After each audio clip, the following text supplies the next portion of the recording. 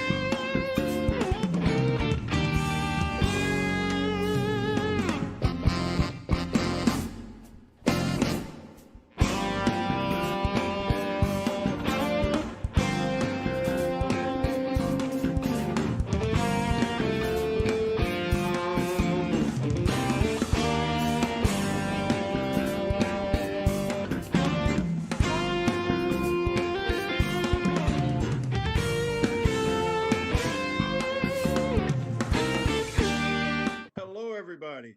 So, I trust that everybody has gotten their sidewalks, pavements, porches, and estates shoveled up. I know I have. Welcome to What You Got to Say. Now, today, as usual, I want to bring in my co host, the star of The Eric Dawson Show, hailing from North Jersey, Eric Dawson. Hello. He's not here. Okay. Okay. Well, I guess we'll be doing this show alone. So recently, now Pfizer had started the rollout of their vaccination for the COVID-19, and this has sparked the anti-vaccine movement to go into overdrive. Now, on this show, I like to say that I like to bring in people who are a lot smarter than me, and if you talk to my wife, that's a whole lot of people. So after the break, we're going to introduce Lori Thomas, the author of the book called No More Measles, the anti vaccine book. We'll be right back in 1 minute, 22 seconds. You opened a small business. That's a great way to have generational wealth. If you're a minority business, you may be struggling to keep your head above water. Why? In 2019, the Black community spent $1.5 trillion because the Black dollar lifespan, 28 days Asian communities, 19 days Jewish communities, 6 hours a month in the Black communities. Major brands target the Black media, TV, and radio. That's why Blacks are brand shoppers. That's why they get a big slice of that $1 trillion pie. Your business needs exposure. You got quotes from cable networks and local radio. They charge a lot of money for a little exposure. Networking and social media is a full-time job to get part-time money. Let's look at a successful Black business model. Remember Soul Train? It was a new Black TV show that Johnson Cosmetics increased the exposure of Afro Sheen and made billions of dollars for Bobby Johnson. Where are you going to find a good show for a low price? We have a talk show called What You Got to Say. What You Got to Say is a Black-owned talk show streaming live on YouTube channels, Facebook Live. What You Got to Say has a diverse audience from 18 to 62 years old, and their gross income range from $32,000 to $122,000 a year. That exposure will get you a good slice of the $1.5 trillion. Tell us about your business. Maybe able to get on our Black-owned spotlight. In 4 weeks, your business can go from surviving to thriving. To find out how you can get what's yours, email sales@squiresignage.com. They're waiting to hear what you got to say. Okay, we're back, and my co-host Eric Dawson had to make an emergency call with his physician. I hope he's okay. Eric, are you there? Hello? Okay, well, he's not there. So, and when Eric gets in, of course, he'll always get in a comment. Now, I met this guest through when I was on the Eric Dawson show. She's a wealth of information. She's the author of the vaccine book called No More Measles. I'd like to introduce to the What You Gotta Say audience, Lori Thomas. Lori, Hi, it's a pleasure to be here. it's great to have you. So, tell me about Lori. Okay, I have been working as an editor in medical publishing for about 30 years. So I have edited textbooks, and I worked for a veterinary publisher for a number of years. I have worked in pharma, and I've also written clinical study reports and um, research protocols and the regulatory documents and such. I have never worked on a vaccine product. I have no financial interest in any pharmaceutical companies. I don't care if they make money or not. I don't care. Oh, Um, so I don't endorse products and so forth. But what I do is I try to give people the health information that they need to know. Now, a number of years ago, a friend of mine who lived in Texas at the time called me up in a panic because his wife was going to have a baby very soon, and their midwife told them not to vaccinate their children. So this filled my friend's mind with all sorts of panic because this meant that there's going to be a lot of kids in the neighborhood who weren't vaccinated against whooping cough. And since whooping cough it can be deadly in a baby, and it's often a cause of SIDS, by the way. I mean, cot death. well, hold on. Whooping cough in the black community, that's called the crook. Well, croup is any cough that makes kind of a sound. Whooping cough is called pertussis. Um, Pertussis, the per in Latin means very much so or thoroughly or through. Through. So pertussis means a really bad cough, like tussin means tussis means a cough. So a pertussis is a really, really bad cough. And it makes you cough so badly that you have to take an inspiratory whoop. In other words, you lose your breath and then you have to go like that, and it makes the Okay. sound. Um, Okay. Mm. and now little bitty babies who haven't had a chance to be vaccinated and if their immune systems are also immature, they are very susceptible to this. And if a little bitty baby gets this disease before they're old enough to make it, before they're old enough to cough and make that sound, they can just stop breathing, turn blue, and die. Hmm. So this is Lack why, of oxygen. right. So this is why you have to, get all your kids vaccinated against, the recommended, get all the recommended vaccines as soon as you can. But also anybody who's going to be around a baby should get their pertussis booster. So anyway, that's why a friend of mine begged me he was worried about this because a midwife is supposed to be a trained medical professional. They're supposed to be urging people to get their vaccinations, not spreading anti-vaccination nonsense. Well, but to be qualified for a midwife, do you have to have medical training? In the United States, they're called direct entry midwives or lay midwives. A lot of these people they didn't even used to have high school diplomas. So they would. I know that we allow a class of midwives to practice midwifery in the United States that would not be allowed to be practicing midwifery in any other industrialized country, and that individual was one of those persons. So she was presenting false information about vaccination. So my friend was so worried about this, he called me up and said, "Laurie, please, please, please write a book about vaccination." So that's why I wrote this. That's why I wrote the book No More Measles. And Oh, here's the okay. So, how important are vaccinations? okay. Infectious infectious diseases. There are many different kinds of infectious agents, or there are many kinds of bacteria and viruses in the universe or in the world. We are constantly swimming in a an environment just covered with bacteria and viruses and so forth. Yeah, I know. I visited a few preschools. Yeah, yeah. Okay. Only a very tiny elite group of those germs can infect us.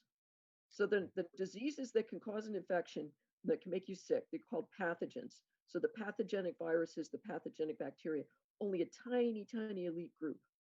And those are the ones that have learned how to use our bodies as a source of energy or as a source of Fuel. Bacteria, they're living things. They need a place to live. They need resources in order to reproduce. So bacteria that have learned to live on us or in us, and can get past our health, past our main line of defense. And also viruses. Viruses are not alive, really. There are things that have been, they're inanimate things that have been made by a living thing. And only a very, very few of the viruses that exist pose any threat to human health. The ones that we have vaccinations against, the bacteria and viruses that we have vaccination against, are the elite of the elite. They are the ones that not only can infect us, but are really, really good at getting past the human immune system. So they need a host. Right, they need a host. And the ones that are really, really bad are the ones that infect our own immune system. And that would include HIV and measles.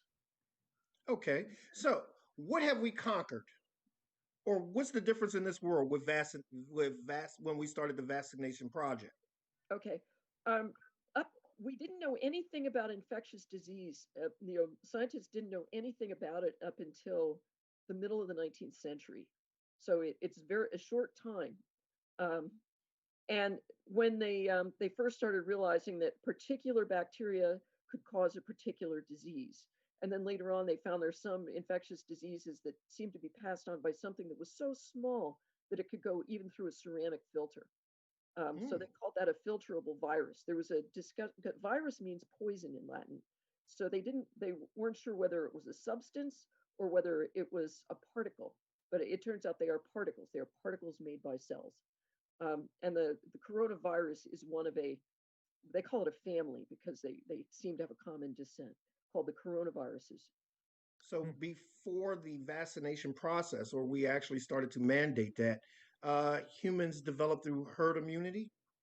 Okay, what happened is a lot of people died. You'd have lots and lots of children, and most of them would die. If I was doing helping my mom with the genealogy thing, we have a page from her family Bible. My mother's maternal grandmother had 14 children, 8 of whom died before the age of 20. Wow. From Yeah, diseases.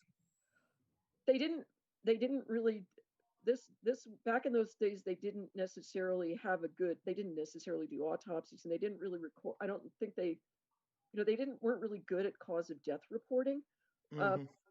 Given what we think from other family history, we think half of her sons died of hemophilia, Wow. like what yeah, like what Queen Victoria's kids or her descendants had.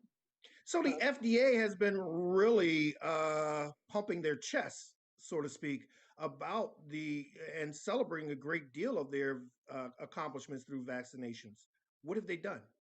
well, the people who are in charge of trying to eradicate diseases in the United States, or the ones who are monitoring it and giving advice on how to eradicate diseases, that's the Centers for Disease Control and Prevention. Hmm. And people ask me, well, why should you trust them? And it's like, well, what was their original mission? Their original mission was to wipe out malaria in the United States. Malaria was once very common in the United States, a common cause of morbidity and mortality in the United States. When was the last time you heard of somebody dying of malaria in the United States? It's just not a public health problem here. When was the last time you heard of somebody dying of yellow fever in the United States? I mean, we had major yellow fever epidemics in the 18th and 19th centuries, and we don't have it anymore. So, and part of this is the role that the CDC plays. Now, the way it works is somebody just identifies the cause of a disease. They identify an infectious agent as a cause of a disease. Then some scientists will come up with a vaccine to try to fight this. Now, the example of the pertussis vaccine was invented by a group of women, 2 white women and a black woman, who worked for the Michigan Department of Health. And they decided pertussis was a major problem. They decided, this was back in the 1930s. And they said, we want to do something about this. And their boss at the Michigan Department of Health said, fine, you have to test all these water and milk samples as for your day job. But once you're done as long as you've done all of that, then you can do what you want with the Hmm. laboratory equipment, fine. And they reached out to Eleanor Roosevelt, who was our first lady at the time, and she helped raise the money for the research effort. So they developed the first pertussis vaccine, and they did really good field trials to get it approved. Now, the way things work today is you come up with an idea for how a vaccine might work, and in order to start testing in human beings, you have to get a license from the Food and Drug Administration, because you're not allowed to transport drugs across state lines for use in human beings unless you get permission from the Food and Drug Administration. They have jurisdiction. Well, I know some people who transport drugs across state lines without permission. Yeah, exactly. Well, those don't have drug code NDC codes, I'm sure. Um, Okay. but if you wanted to do whether a biological vaccines fall into the category of biological because they're made by living cells. Um, but if you wanted to develop this vaccine product, you have to get a license for the food from the Food and Drug Administration to do studies on people, and you have to give um, an application. They go through all of they have scientists there. They review the whole thing, and then you have then when you get if you get permission, then you can start your studies. Then you have to keep track of all the adverse events and all that kind of stuff. And then then FDA will let you continue studying this. And then if the studies turned out with good results, and you dotted all your I's and crossed all your T's and proved to the FDA satisfaction that you can make this stuff and actually have good quality control and actually deliver the product that you say you're going to deliver, they will give you a license to sell it. Now, at that point, the CDC gets interested. If it's a vaccine, they'll decide whether or not to include it in the list, the schedule of recommended vaccines. Now, there are a lot of vaccines that are not on the schedule of recommended vaccines. Anybody who's been in the military can tell you that, Hmm. because they get a lot more vaccinations than civilians do, because they're going to be going to tropical areas and so on. There's also Yes. um, like rabies vaccine. Ordinary civilians don't get vaccinated against rabies. Veterinarians do. Veterinarian technicians do. People who work with animals, that could conceivably carry rabies. United States military does, because we've got somewhere close to 20 different shots. Right. So not every so the CDC makes a decision on what kind of things should be recommended, and then but they can't force you unless you're in the military. Nobody can force you to take a vaccine. Nobody from the federal government can force you to take a vaccine. The states theoretically could force you, but they don't. Well, Um, they make it a requirement if you want to do certain things. Like yeah, you can't you're set foot in required to public have school. your shots when you're enrolling your child in school. Right. And certain kinds of professions, you might, they won't renew your issue or renew your professional license unless you go up to date on your shots. But this is because of public health. So these anti-vaxxers going on and on about how people are being forcibly vaccinated, blah blah blah. I mean, they're lying. Okay. Anti-vaxxers. Okay. What is sparking the anti-vax vaccination movement? Okay. Originally, it was religious bigotry and racism, because the very first immunizations were technology that was learned from Africans and from people in the Ottoman Empire. Wow. So So if you think if you're just deciding how you want to feel about vaccines, you got to learn your Black history. so vaccines is truly a black thing. Vaccination is a Black thing. Well, actually, Okay. variolation was a Black thing. No, Vincent, I think we can, as of today, rename all this Blacksinations. Okay. So Right. so bigotry and racism. Yeah. What And professional we'll see the very first person to advocate vaccination in the United States was a Puritan minister named Cotton Mather, who lived in Boston. And Cotton Mather had been given a slave by his congregation segregation? Yeah. up until it started to die out after the Revolutionary War, but there was slavery in Massachusetts. Oh, yeah. Mhm. So Cotton Mather was given this slave, and one of the things that Cotton Mather was a member of, he was a fellow of the Royal Society. He had his, you know, um, he supported the Salem witch trials, which it was a shameful thing. Right. But he was also at times he could be very, very rational and very observant. He was a fellow of the Royal Society, which is this elite group of scientists. And for somebody from the boondocks of Massachusetts to be allowed in the Royal Society, that was a big deal back then. So Cotton Mather noticed that most people who were coming in from Europe, their faces were all messed up because they'd already had smallpox. But a lot of these people coming in from Africa, these slaves and so forth, had beautiful, beautiful smooth faces. And he asked his slave, Onesimus that was his slave name. I don't know what his real name was. He asked him, well, don't people get smallpox in Africa? And Onesimus said, well, I took the smallpox when I was 8 years old. He said, what do you mean you took it? He said, well, and he pulled up his sleeve and said, see, they scratched it into my arm and you get one big mess there and it goes away and then you never get smallpox. So that's who introduced it. So then Cotton Mather started promoting it in Massachusetts. Now, the people who were against it originally were the university trained physicians because it was not, because this technology was not mentioned in the Greek and Roman classics. And it didn't fit with their ideas of how disease worked. So they were against it. But then when they realized they could make money for doing it, then suddenly there were a lot of converts. There you go. Nothing like capitalism to convert people. Oh yeah. Or I would say the profit motive. I mean, capitalism, they're not necessarily making an investment. But it's tradecraft, I suppose. So anti-vaxxers today, what is their motivation? They are motivated by narcissism. And I wrote a book called Don't Feed the Narcissists, which explains that narcissism is a problem that arises in a social social context. A narcissist is somebody who's trying to occupy a higher rung on the social ladder than they deserve. What are you talking about? We've got that. It's called President Trump. Well, that's why people say that, because a narcissist is somebody who they want to be large and in charge. They want to be considered the most intelligent. They want to be treated like royalty.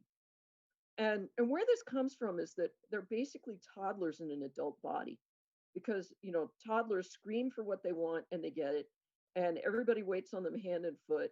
And if you don't outgrow that, as you get larger, if you don't outgrow that, if you don't rise to learn your position within society, by which you have to learn that there are other people who are smarter than you are, there are other people who are more talented than you are, there are other people who have accomplished more than you are, than you have. If you're a musician, there's going to be somebody who's better and younger than you are. I mean, it's just the way it is, It's called life or something, but there's always going to be, you have to understand where you fit like in sports. You have to figure out, you didn't win the championships, therefore you're not the champion. And sports people tend to understand this. So it's like trying to claim you're the champion when you lost all your games, for example. We'll be back to talk a whole nother story on the president and not figuring that he lost. But right. Who else besides narcissists would be against the vaccine?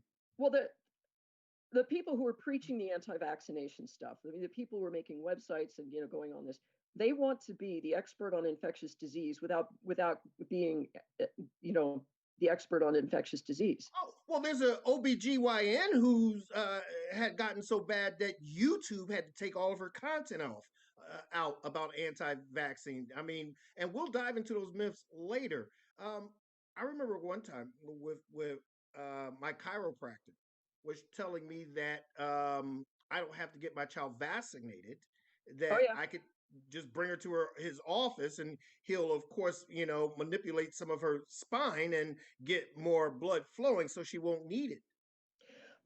The chiropractic profession began in the 1890s. with a fellow who was preaching a vitalist theory of medicine right after that kind of stuff had been discarded by the scientific community.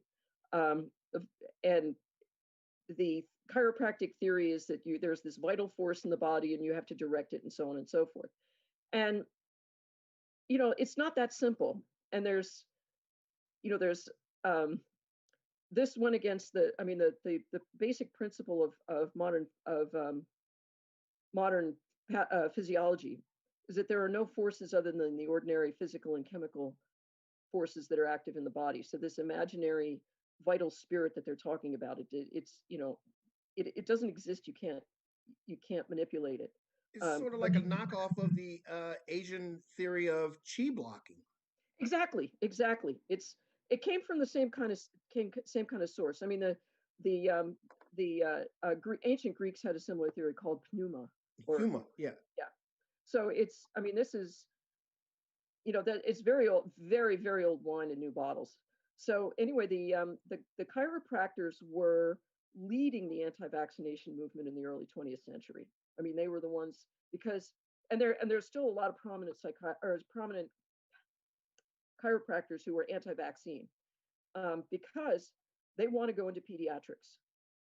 They want to get all of these well child visits, and they can't do that as long as you also have to keep taking your doctor to a physician assistant, a nurse practitioner for their immunizations. So the chiropractors want to take over the pediatrics role, and they're not equipped for it. They're not pediatric role is what? Somewhere close to a $9 billion industry? Pediatric medical care? Yes. I don't know. I mean, pediatrics. By pediatrics, I mean care of children. Children, yes. Yeah. Yes. Because last time I checked, it was almost hitting 10 billion. There's a lot of kids. Some of them get sick, and even the ones who don't get sick, you need to take them to the pediatrician now and again because got to make sure that their spines are straight and all that kind of stuff. Okay, so we're about to go to break. So tell us, what medical triumphs have we accomplished through vaccinations? We wiped out smallpox, and smallpox is extinct. Polio is almost extinct. We could drive measles into extinction. And I wrote my book, No More Measles, to explain which of these diseases can be driven into extinction completely forever and ever. Amen. If we just vaccinate enough people at the same time. Okay, so we're going to take a break, and I'm going to bring on the wise ones because I know they're dying to get in this conversation. We're going to discuss some of the rumors, the myths, and what's true behind this new COVID-19 vaccination. So I'm Vincent Squire. I've got Lori Thomas, the author of the vaccine book, No More Measles, and we'll be back in 1 minute, 23 seconds. You opened a small business. That's a great way to have generational wealth. If you're a minority business, you may be struggling to keep your head above water. Why? In 2019, the Black community spent $1.5 trillion because the Black dollar lifespan, 28 days Asian communities, 19 days Jewish communities, 6 hours a month in the Black communities. Major brands target the Black media, TV, and radio. That's why Blacks are brand shoppers. That's why they get a big slice of that $1 trillion pie. Your business needs exposure. You got quotes from cable networks and local radio. They charge a lot of money for a little exposure. Networking and social media is a full-time job to get part-time money. Let's look at a successful Black business model. Remember Soul Train?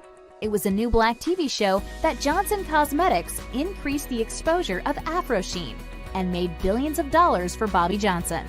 Where are you going to find a good show for a low price? We have a talk show called What You Got to Say. What You Got to Say is a Black-owned talk show streaming live on YouTube channels, Facebook Live. What You Got to Say has a diverse audience from 18 to 62 years old, and their gross income range from $32,000 to $122,000 a year. That exposure will get you a good slice of the $1.5 trillion. Tell us about your business. Maybe able to get on our Black-owned spotlight. In 4 weeks, your business can go from surviving to thriving. To find out how you can get what's yours, email sales@squiresignage.com. They're waiting to hear what you got to say. Okay, we're back. So I'm here with Lori Thomas, author of the book No More Measles. Now, of course, as always, I want to welcome the wise ones, Reverend Dr. Army Major Lang, Rabbi Frisch, and Imam Bashir. Okay, guys, you've all met and talked to Lori during a little bit of the pre-show. So let's dive into this rumor, myth, and hysteria over this new vaccine. Lori. First of all, I want to apologize because all of them are going to be jealous because I get your name right and I get theirs wrong. Always. Oh wait, Yep. I do have a question for you, Lori. As I'm Yeah. listening to you talk, in your book, did you talk about the fear of brown people, Latin American people from the trials that they did on us? Because okay, so I'm an AME, so part of our history was Richard Allen and all the people helped with yellow fever specifically because they didn't think that brown people could catch it. So there's a disconnect between who's human and who's not human, or fully human. So did you talk about that at all in the book? I didn't talk about that in the book, but it's kind of complicated because who could catch yellow fever or not is a tricky question because people who um, been exposed to it before develop immunity. Um, so if you bring a bunch of white people into the tropics where there's yellow fever, the people who were born there and grew up there have probably already developed protective immunity, and that the newcomers there are going to be dropping like flies. So so if you were to do a vaccination um, trial on people who are already immune, what that it wouldn't. Yeah. Um, and also you're going to find some slight differences in um, susceptibility genes within different populations. So, Okay. for example, if there are certain kinds of blood diseases that are more common in um, populations that have had selective pressure from malaria. So this would not only Africa, but the Mediterranean region. And that's just because if you have one gene for, say, sickle cell trait or some of these thalassemias, if you have one copy of the gene, then you're more likely to survive malaria.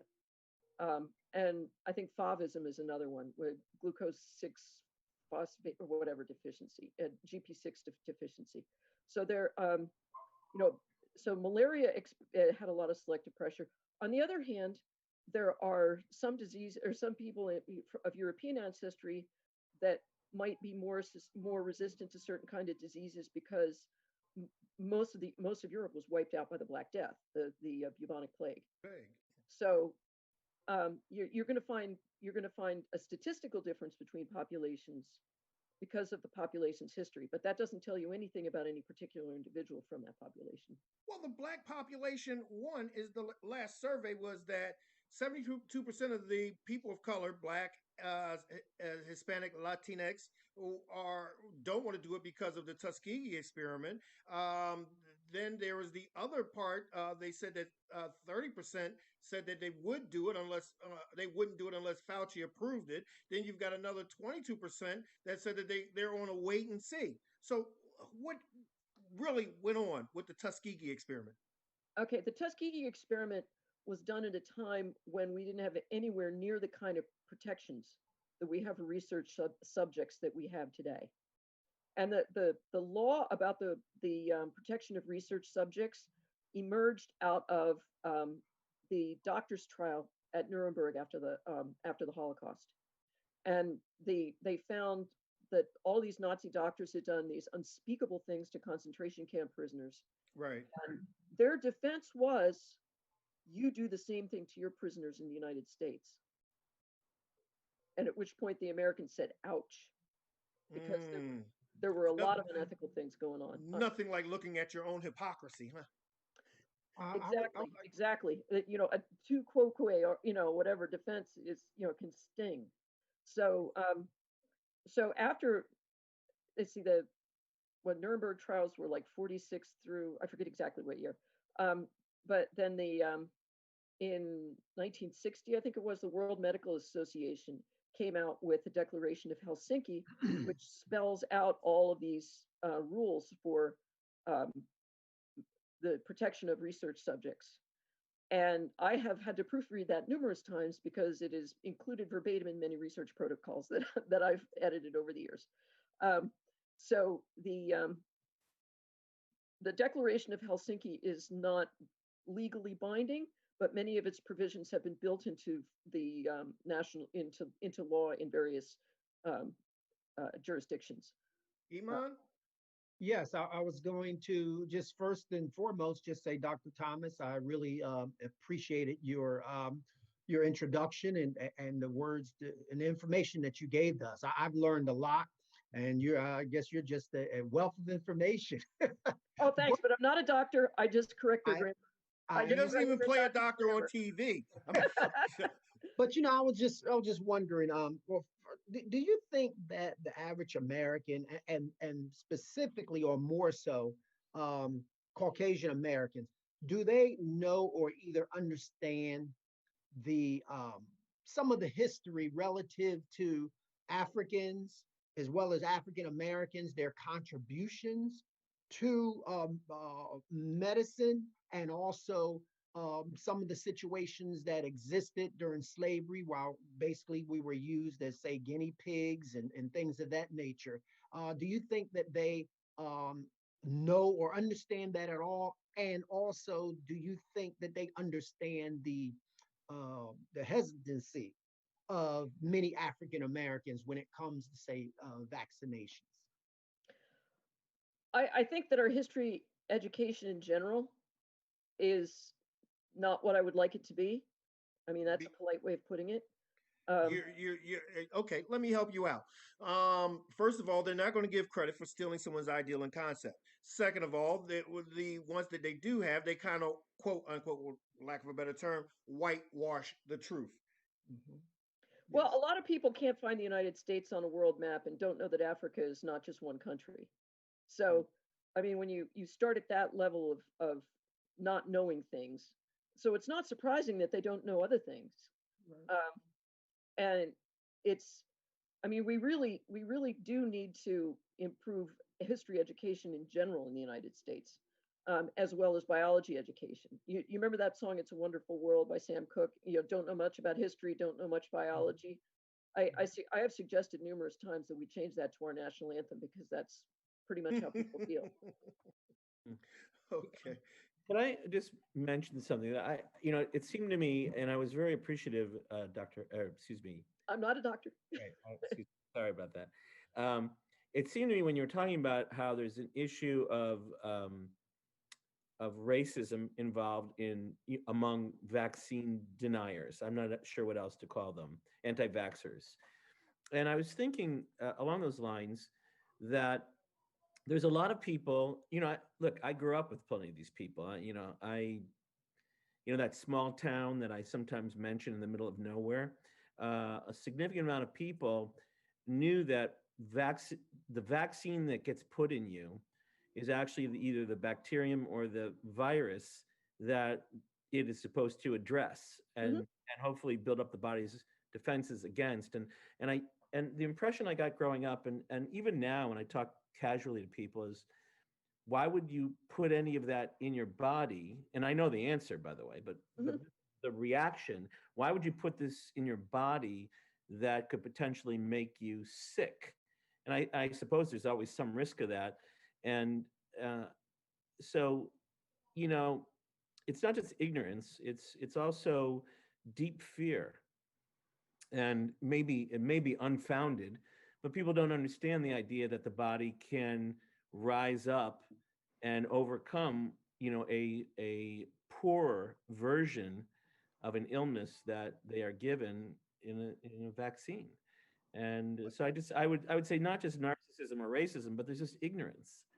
Well, when I say narcissism, I'm talking about the people who are presenting themselves as experts on this. They're motivated by narcissism. A lot of the people who hesitant to vaccinate their kids. They're just frightened.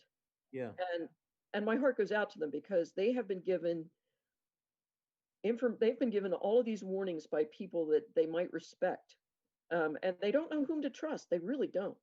Right. Uh, so my heart goes, and not everybody who's questioning about whether this is a good or bad thing is a narcissist. The people who are trying to make themselves experts when they're not, that is what a narcissist is. Right. Right. But people have instinctively have fears of contamination. Sure. And if people with OCD, they have the part of their brain that worries about contamination is stuck in the on position, and that's why they wash their hands all the time. So when you're dealing with questions of fears of contamination, you're dealing with a very primal fear, and I appreciate that. Yeah. Well, they talk about fears of contamination. Let's look at it. We've got more preservatives in some of the food that people eat regularly without any question. In fact, they've got preservatives that you can't even pronounce. We're looking at we're what, maybe 20 years into genetically modified fruit. We're looking at steroids and other shots that will make a chicken grow from embryo to full size in a matter of days, which people are now starting to say is linked to now 5 year olds having a period. Let's look at contaminations that people readily put in their body, Hmm. but they're afraid of this vaccination. Yeah, Yeah, but but it's not logical.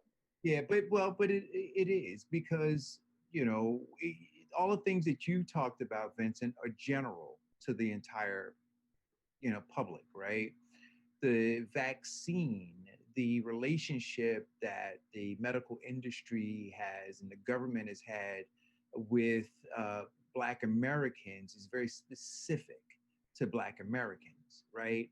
And it's been so, again, I keep talking about these socially transmitted diseases. And so when grandma or great grandma tells grandma how government and how medicine work toward Black people, and then grandma tells mom, and then mom tells me, and then I tell my kids, right?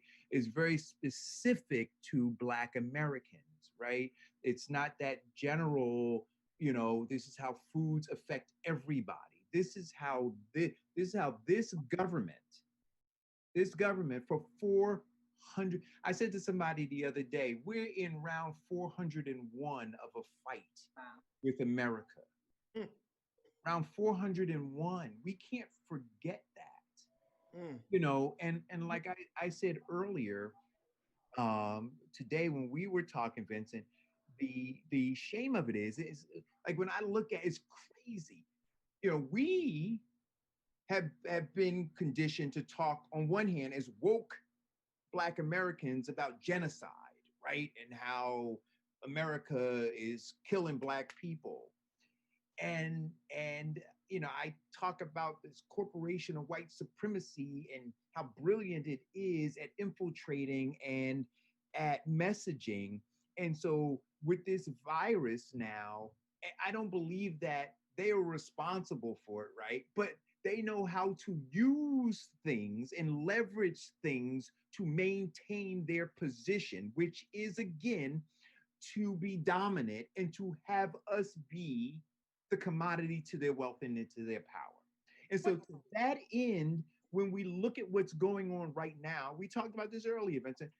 We look at how Black Americans have been impacted by COVID, right? Uh, Right. in terms Disproportionately impacted by disproportionately, yes. right? Whether we talk about health, dying, whether we talk about being frontline workers, losing our jobs, right? Food insecurities. We look at the disparity in learning now, right? That we have been, how you see because of the lack of technology, how we are at the short end of that stick too. Well, the corporation white supremacy sees all of that and says, hey, listen, they're exactly where we need them to be. And so now what happens is this message goes out that says, hey, don't take the vaccine. It's going to kill you. It's going to kill you. And so now provocateurs in our own community are taking that message and spreading that message, thereby continuing the spread of COVID-19, continuing all of the things that I'm talking about, right? So jobs being lost, businesses shuttering, all of these things are happening. Meanwhile, these same woke people are talking about some genocide. And I'm saying, look at what's going on right now and what you are actively. You know what's interesting? You know what's interesting, Eric, that you talk about these communities, the woke people that are supposed to be talking about liberating us, right? But I think about, I'm in the military, and when I deployed, there was a list of vaccinations, and it was not an option. It was not a discussion. They didn't say, Chaplain Lang, do you want to take anthrax? That was get in this line, take this needle, or you're not going. There you go. Right? The only other population that I know of that has no choice are all the inmates that are now the guinea pigs. And so where is the voice of the faith community to speak up for those people who can't speak up for themselves? Yeah. We talk a good game, but we're not out there advocating for, how did COVID get in the prison? Somebody tell me that. How so many prisoners dying from COVID if they're supposed to be protected? It just doesn't make any sense to me.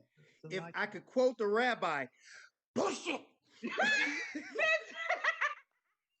Here it is. We got a disease that's disproportionately affecting and killing Black people. There's a cure to it, and they're going, I don't know, I'm scared of that disease. You should be scared of dying, you dumb. So, Lori, but the problem is the catch-22, because we're disproportionately dying, but then we're disproportionately guinea pigs, so we don't trust the medical field. That's absolutely right. So now it's like 6 and 1/2 dozen in the other. I'm going to die, or I might die if they give me the vaccine. Okay, well, let's look at us being guinea pigs. Let's see. There was an actual, the Tuskegee experiment where they were quote unquote considered guinea pigs. What was the truth behind that? Why did they actually not treat them for so long? Oh, this is an interesting question. Syphilis is a bacterial disease. It is caused by a spirochete called Treponema pallidum, which up until the invention of penicillin was not really well treatable. Penicillin cures it. But before penicillin, they were using some sort of treatment that involved mercury that wasn't terribly effective. And but up until then the penicillin came out during World War II. But after the penicillin came out, why did they not just treat these men? Right. And I think it's because the Treponema pallidum bacterium is what they call an obligate intracellular parasite. You can't just take a swab of it, smear it on a culture dish, and then grow little tufts of colonies like you can with other like you could with anthrax, for example. You can't just grow it in a petri dish. It can only reproduce in living cells. The bacterium is so primitive, it's so parasitical that it needs a living host in order to reproduce. And its only living host is human cells. Well, back before they were good at keeping human cells alive in cell culture, how are you going to have a supply of Treponema pallidum for your experimental purposes? That's why they kept those men alive, or that's why they kept them untreated. I think it was just to keep them as a source of Treponema. They weren't guinea pigs. Okay, but they were guinea pigs. I think the truth is they were guinea pigs. Yeah. No, they were petri dishes. They were petri dishes. They were sources of when they needed to get the disease. Let's ask Dr. Lang what she means by when she says they were guinea pigs, because they do sound like mules carrying the cure. So what do you mean, Dr. Lang, when you say? I mean that we can rationalize why they could have thought medically, why they could have thought about it. I think the underlying issue was they didn't see them as fully viable human beings, and they were dispensable. They were collateral damage. Let's try this. Let's experiment with this. They're just the colored men from down here. They're not us. And so let's see what we could do with them. So we could rationalize, but the underlying presupposition is they were commodities. They're dispensable. They were, and the same thing existed during slavery as well. Even though it's not as widely publicized or known, there's many circumstances and situations where slaves were actually used to, quote, advance medical knowledge. Look at and the gynecologist. Look at how the right, yeah, gynecologists yeah. use Black women to do all Hmm. kinds of foolishness because they didn't think we felt pain. It's just Yeah, ridiculous. So there's verifiable reasons not to yeah, trust the medical yeah. field if you're brown. Well, Right. yeah, I mean, we get less actual treatment for our pain because of that. We also get poor treatment, even in the best medical facilities. We don't get the same quality of treatment as a lot of our white counterparts in hospitals. Hey, Lori, can I ask you a question? Yeah. So one of the narratives that's out there is that uh, um, the survival rate for COVID is 99%, right? And so folks are saying, well, with something that has a survival rate of 99%, why would we need a vaccine? A friend of mine, she didn't have COVID, but she had a complication from a surgical procedure and spent 5 months on a ventilator. She didn't die, but she spent 5 months on a ventilator. You know, um, the fact that even if people don't die, they're so sick and they're undergoing just um, even if you survive, you're going to have PTSD from this treatment. So the number of people hospitalized, the burden of illness, the the fact that a lot of these people are going to have damaged lungs from that point onward. Um, the people, there's other damage that's being done to the body. So you may be alive, but um, you still have a burden of illness. Um, so morbidity, mortality, and burden of illness are the things that epidemiologists talk about. So a mortality of 1% for an infectious disease that everybody's going to, just about everybody's going to get is very bad.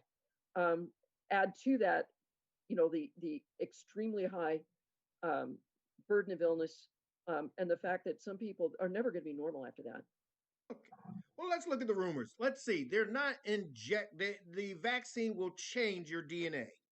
No, they just won't. Why not? How could it? Well, they're injecting RNA. I mean, look, I could drink a pint of vodka right now. That would change my Well, DNA. let me ask you a question. Let me ask you another. What would it take to change one's DNA?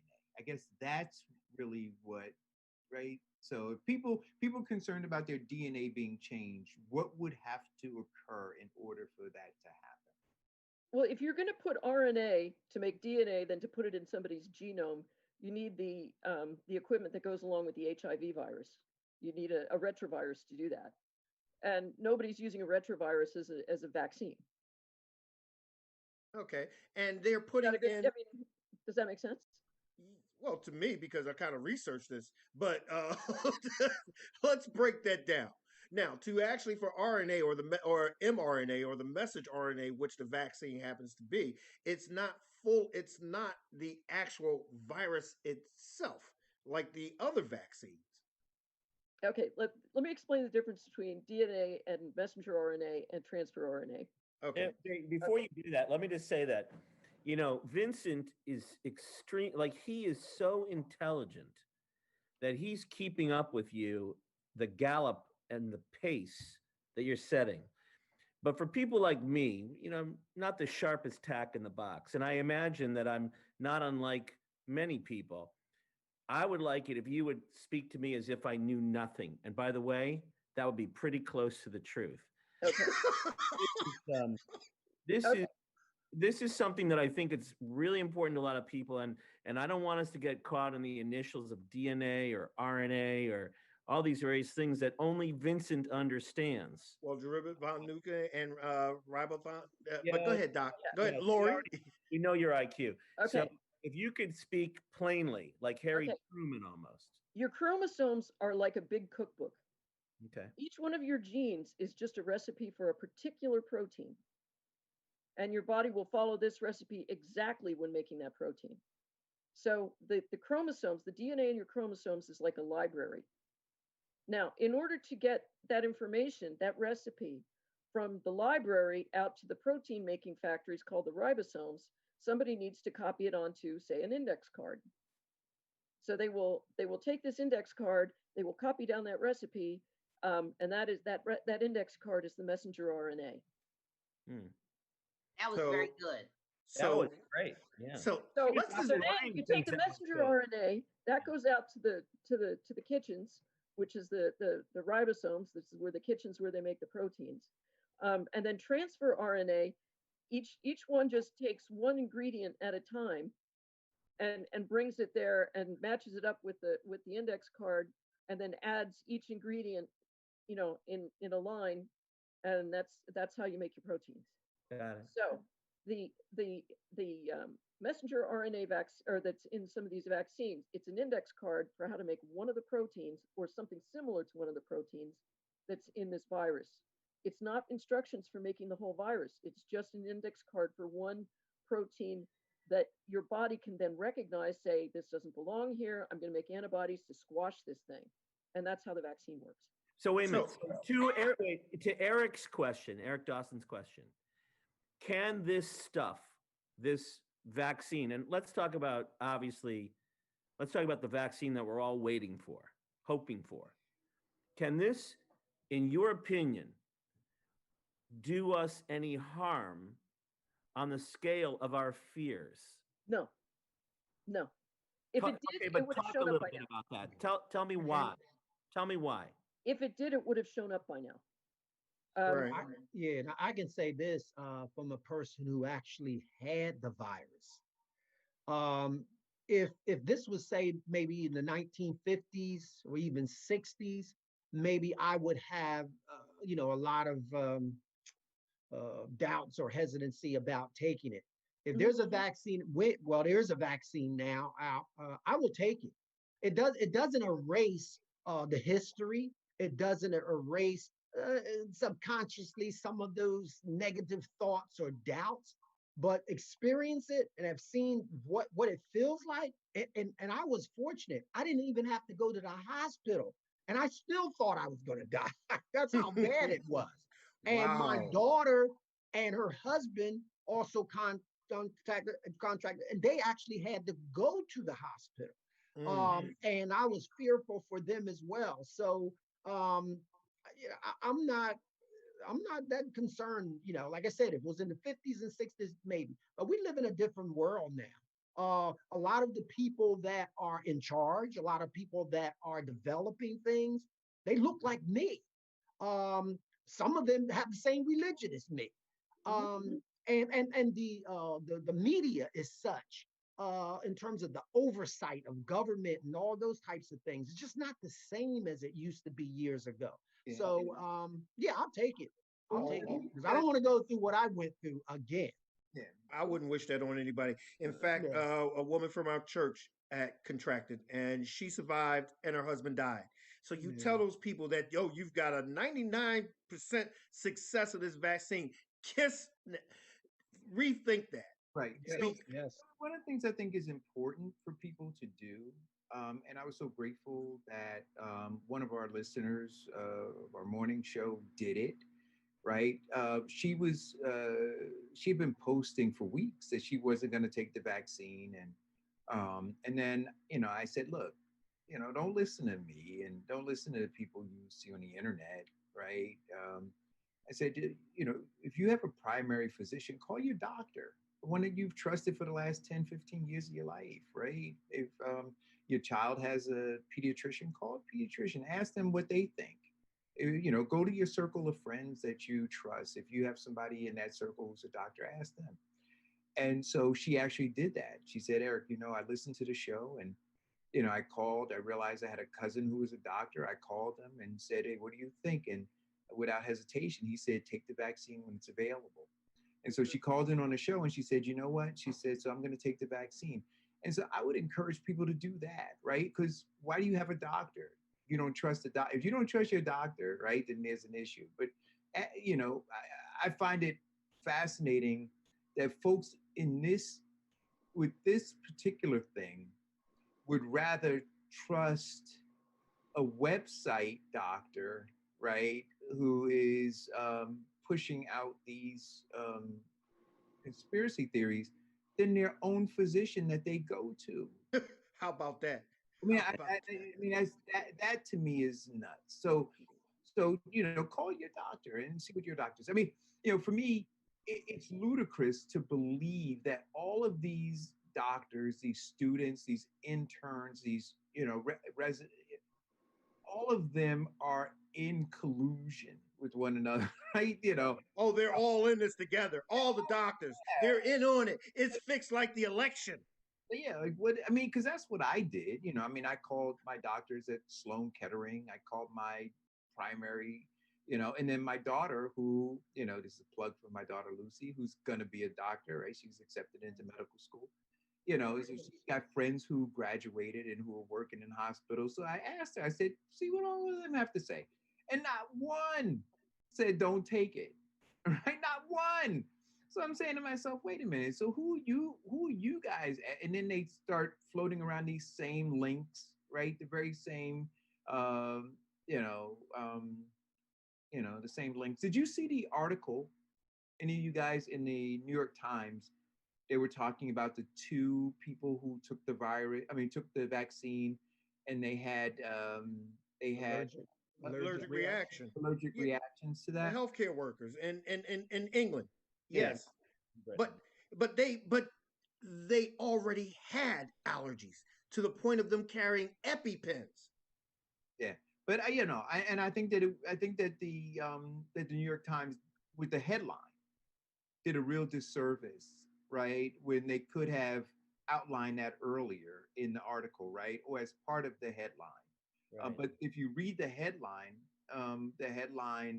kind of suggests that there's something wrong, right? We need to be concerned because these two people, had an allergic reaction to it.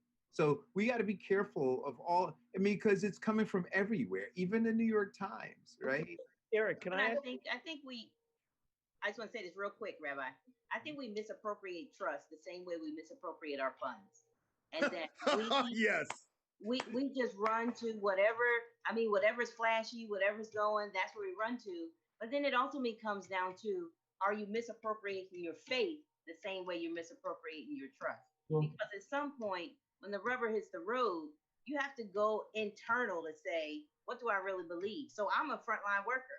So I'm a hospice chaplain. So I'm right in the face of COVID. I get tested every week. And so I'm thinking to myself, if they have a vaccine, it just makes sense.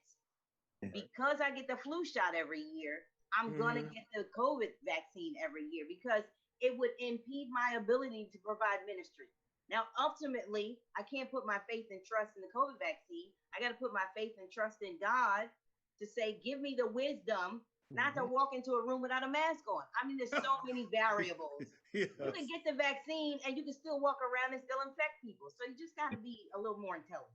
Yeah. Oh, Let me just ask very quickly, and again, I'm looking at this from the outside, and I apologize, but Eric, you seem to have your hand on, let's say, the pulse of the Black and Brown community. I'm not sure that's true, but it seems like it. Would you say, or am I incorrect in hearing you, that these apprehensions in the African American communities are still very real in Yeah. I mean, responsive? I mean, let me help you out, Rabbi. Hell yeah. what, but how real? What are the numbers and how real? Because They're real. really, yeah. It's very real, Rabbi. It's very real. Very real. Hey, They I know. are real. But this is post-traumatic stress disorder, Right. right? And it's reflective, right? Yeah,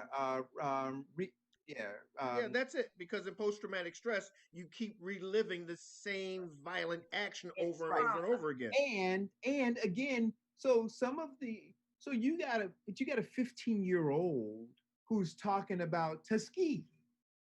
Has that happened? No, As it happened yesterday. right. Yeah. Well, because it's been passed down to him or to her. That's right. Did you understand what I'm saying? So and so the sad thing is that's all they know. They don't know about the airmen. Right. You understand what I'm saying? They don't. They didn't tell you. Yeah, it's really a serious situation. I mean, here, my daughter and husband coming out the hospital. Me and my wife were just getting over this, and I'm getting people tell me, "Yeah, man, don't take that vaccine." Man, are you kidding? Man, I thought I was gonna die. Right. I'm living proof. Take the vaccine. But here is where I think, Imam, your role is important. The pastor's roles in our community are important. Um, and I always say, where is the faith-based community is that front line. And they've got to hold the line. And in so many ways, so many within the faith-based community have allowed this infiltration of all of this, right? Because of how they have misappropriated the trust that the Black community put in them. But You see, and so now where we need people with impeccable credentials and impeccable Credibility. credibility. Mm-hmm. we don't we're grabbing at straws in a lot of cases, because when I talk to somebody about this pastor, they can say, well, that pastor did X, Y, and Z. Talk about this one, well, they're connected with this person and they did X, Y. And so it makes it difficult. And then with the Black elected officials, even more so, right? So we look and go, well, where's the credibility in our community when we need it to be able to hold the line on this thing? And it's all just, like sand in our hands. Okay, so the three of you are faith-based. So when do we draw the line where our distrust for certain people in society versus our faith in our God?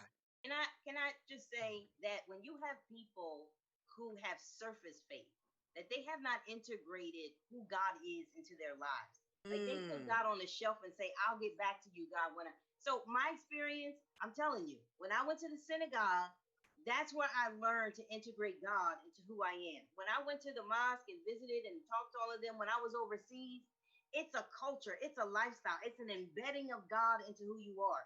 Unfortunately, there are some sects of Christianity that just allows and facilitates a schizophrenic type of faith where you act one way on Sunday, you can act the other way as soon as you hit the parking lot. And that's okay. As long as you look the part, sound the part, and you don't smell the part, you're good. You can live your life whatever way you want to, and how God interacts with your life is what you decide. Now, these other two, now listen, I'm a full-fledged Jesus is all the way. However, Jesus was a Jew, which means that Jesus integrated God into who he was becoming. And that is not what we see as Christianity today. That is not what we see. Dr. Lang, I just want you to know, this is where Vincent usually comes into the conversation and he talks about his grandmother that only needed a hot bath and a black Jesus. There you go. Right. That's how you get healed. That's it. That's how. I can tell you, there's a lot of grandmothers of Vincent out there that I have to imagine the frontline people in any community that has such great suspicions. I mean, your work is cut out for you. And, absolutely. Because right? I have patients who are like, chaplain, they are like 5 days from dying. And the mask of faith, which is our problem, people have a mask of faith. You can say, I'm going to fly away, I'm going to meet Jesus. But when that time comes, when the breath stops, people of faith are crazy when it comes to dying. And I think it's the same thing when it comes to COVID, because as long as you can wear the mask, you can function. But as soon as you have to really think about where God fits in your life, it's over, because it's not a real conversation, because it's been fabricated all this time. I think also too, that's what I usually say is called. That's what I'm going to name this segment as. That's where the Reverend hits the road. That's right. And that's the key here. Yeah. Imam? People, I was going to say, I think there's some people, and I think of all religions to some degree, but it happens in Islam as well, is as it relates to the taking the vaccine or not taking it or whatever, is, well, I trust in God. I trust in God. But, there was a proverb, or we call it a hadith, of the Prophet Muhammad, peace be upon him, where he says, trust in Allah, trust in God, but tie your camel. So in other words, take the Right. necessary precautions. Precautions. Right, exactly. Now, Mhm. and of course, and I believe that Judaism and Christianity is the same, but in Islam, preservation of life is the utmost importance. And I'll give you an example. Like, well, in Islam, as a Muslim, I can't eat pork. It's forbidden. But I can eat pork if it will save my life. In other Mm. words, if I'm getting ready to die and I need something, or either relative to medicine, if there's some type of pork byproduct in the medication, it's stupid to say, well, no, it has pork, so I can't do it. No, God says preservation Save of your life. life That's is right. the most important. Yeah. So That's right. that's what we have Well, to. you know, Imam, I wanted to mention that for a few years, people who needed heart valve replacement were offered Yeah, right. pig valves. Yes. And they would Wow. come to me and they would say, you know, Rabbi, what do you think? I mean, should I take something that's so non-kosher, in your world, non-halal, Mhm. and, Right. and allow that into my body? And and I would unequivocally say, in the same teaching that we have in the Jewish faith and traditions, I would say absolutely, you should take that pig valve. But I warn them that if they walked onto the threshold of the synagogue on the Sabbath, an alarm would go off in the background and would be oinking. Okay. And I told them, Big mouth, big mouth, big mouth. Like the body snatchers. Unclean, Oh! unclean, unclean. Mom, I want you to know we have the same teaching, but this rabbi has given the proper warning. That's all I want to say. There you go. Right. That's Okay. what we have to do. We really do. Quick question, Lori. They're injecting microscopic aluminum into your body that's going to turn it into an antenna for 5G with this vaccine. Oh my goodness, I heard that. You'll be able to Okay. get all the stations and without protection. Cut You your don't need your private cell cable. phone. You know, Cancel cable. If We we got get it. the vaccine with the aluminum in it, will we be Oh, my billed goodness. by our cell phone company at a higher rate? That's what. Is that true, Lori? you know, I did a lot of work with the Alliance for the Mentally Ill years ago, and a lot of people with paranoid schizophrenia would share that kind of thought with me. And what do you say? No, that doesn't not how the world works. Wait a minute. This vaccine is introjecting nanotechnology that will allow cryptocurrency to rise. Okay, Oh, it's the mark of the unpack beast. what those It's words the mark mean. of the The beast. market. Yes. Okay, Yes. let's unpack what that word means. Okay, nanotechnology is like very small machines, and Yes. cryptocurrency is secret money. So they think they're going to put little tiny machines in my body so that they're going to give me money secretly? No.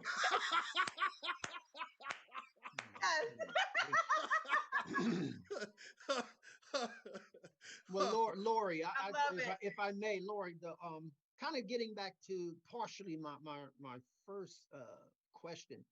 Um, Even though I'm a believer in terms of the vaccine and all, but at the same time too, I do understand why and how some people would be, a little apprehensive about taking it. Doesn't mean that I agree with them, but I kind of understand some of the rhetoric and the philosophy.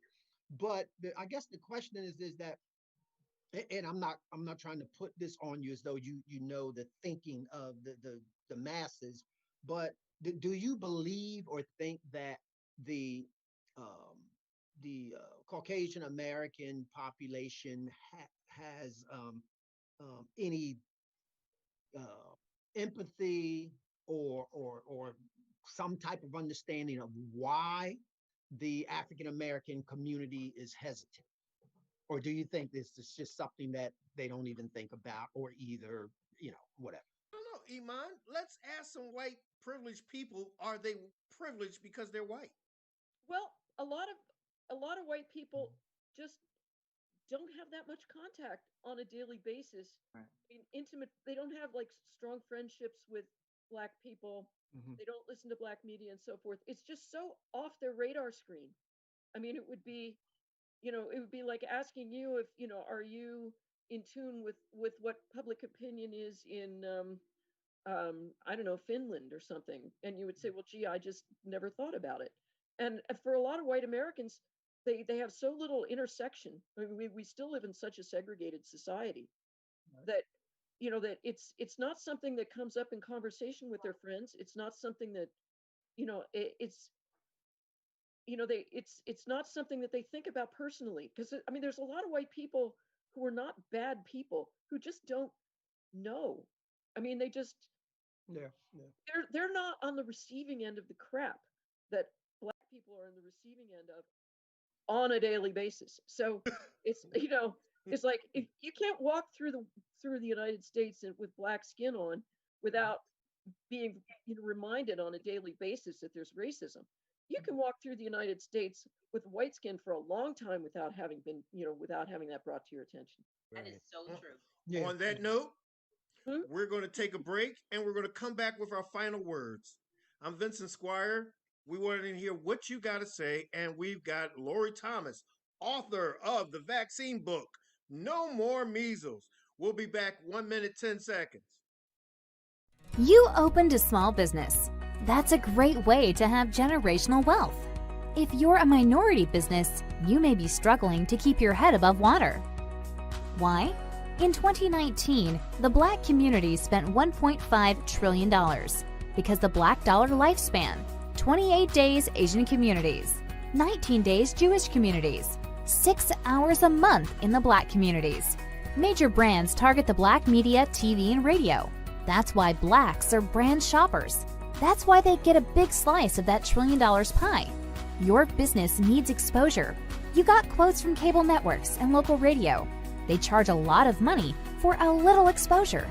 Networking and social media is a full-time job to get part-time money. Let's look at a successful Black business model. Remember Soul Train? It was a new Black TV show that Johnson Cosmetics increased the exposure of Afro Sheen and made billions of dollars for Bobby Johnson. Where are you going to find a good show for a low price? We have a talk show called What You Got to Say. What You Got to Say is a Black-owned talk show streaming live on YouTube channels, Facebook Live. What You Got to Say has a diverse audience from 18 to 62 years old, and their gross income range from $32,000 to $122,000 a year. That exposure will get you a good slice of the $1.5 trillion. Tell us about your business. Maybe able to get on our Black-owned spotlight. In 4 weeks, your business can go from surviving to thriving. To find out how you can get what's yours, email sales@squiresignage.com. They're waiting to hear what you got to say.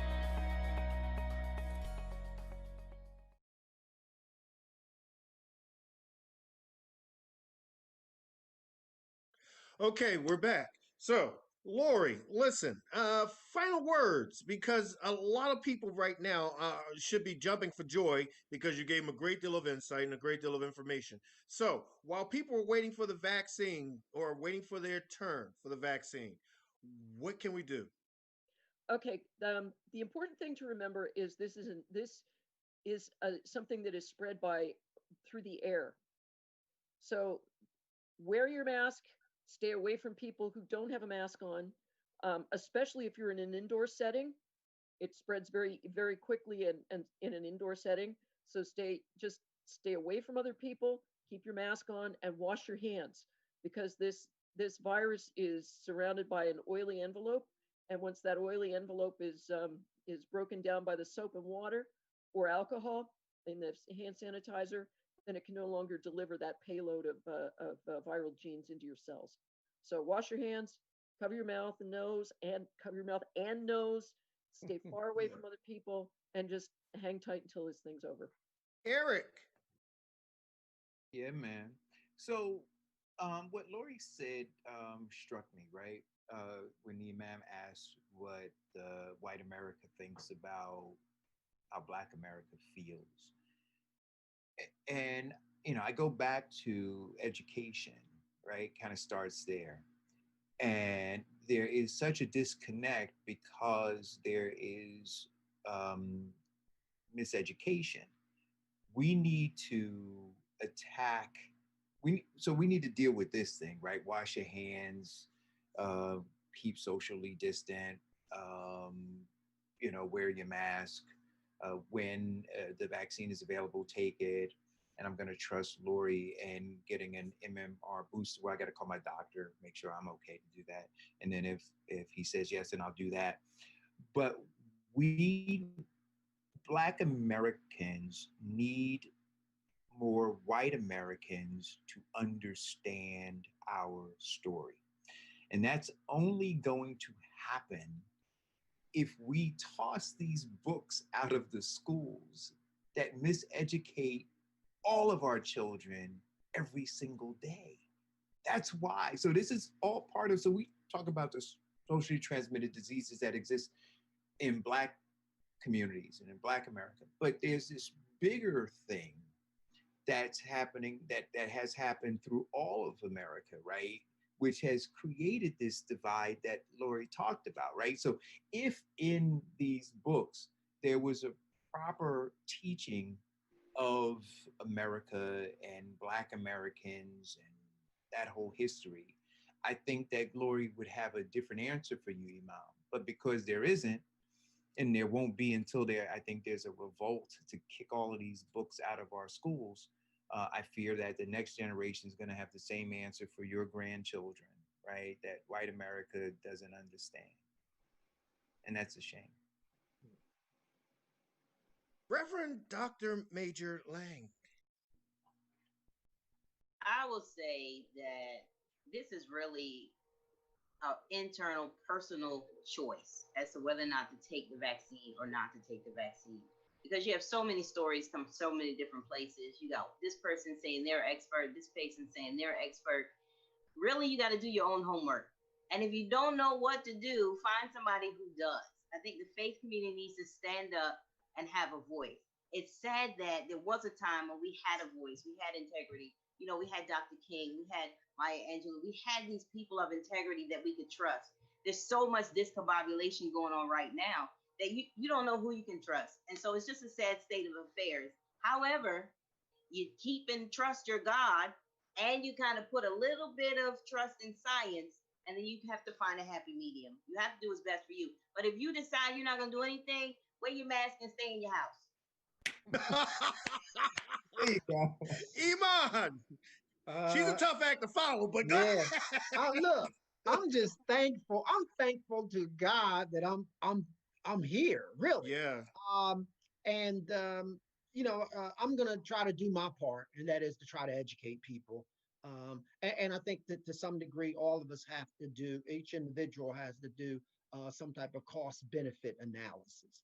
You know, you always can find some negative things. You always can find some positive things, but look what the end result is or could be, and make a decision.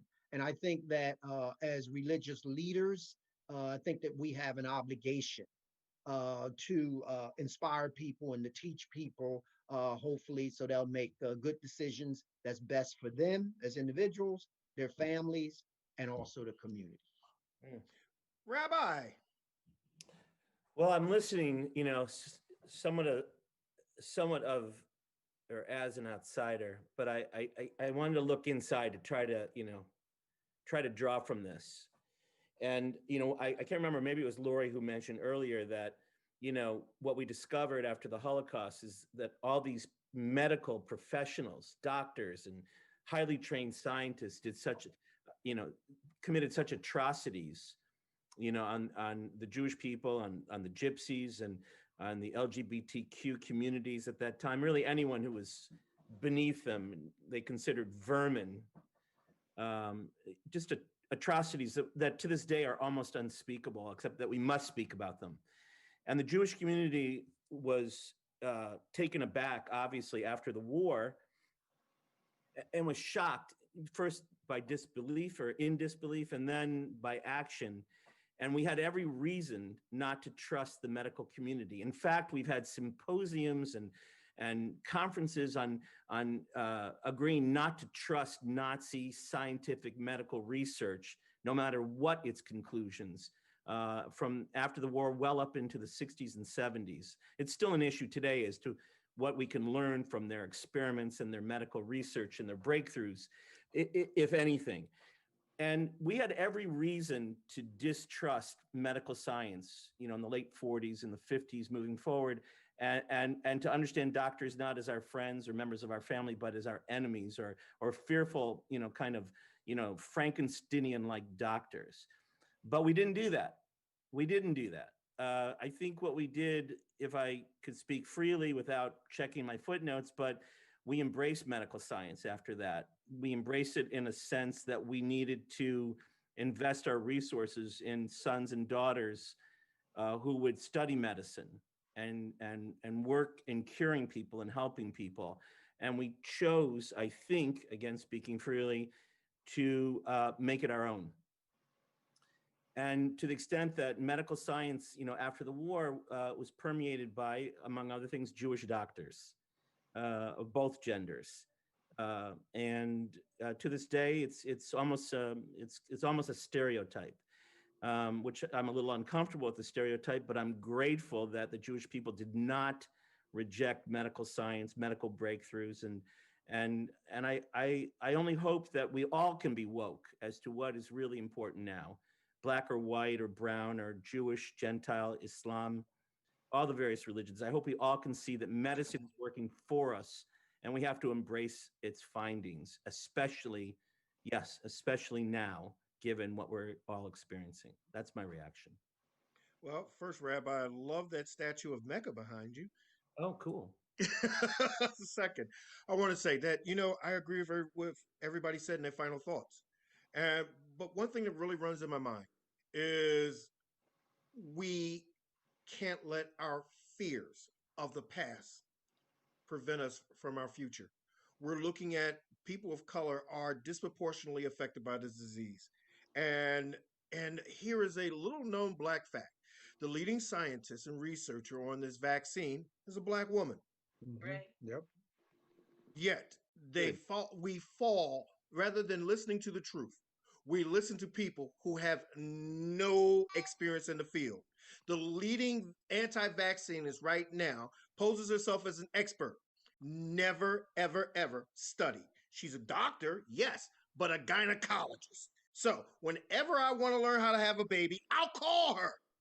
But I need to know right now how to be safe, how to keep my family safe. And all of the data that I researched points to this working very well. So, are we going to let our fears stand in the way in progression and growth? Are we going to let our fears stand in the way?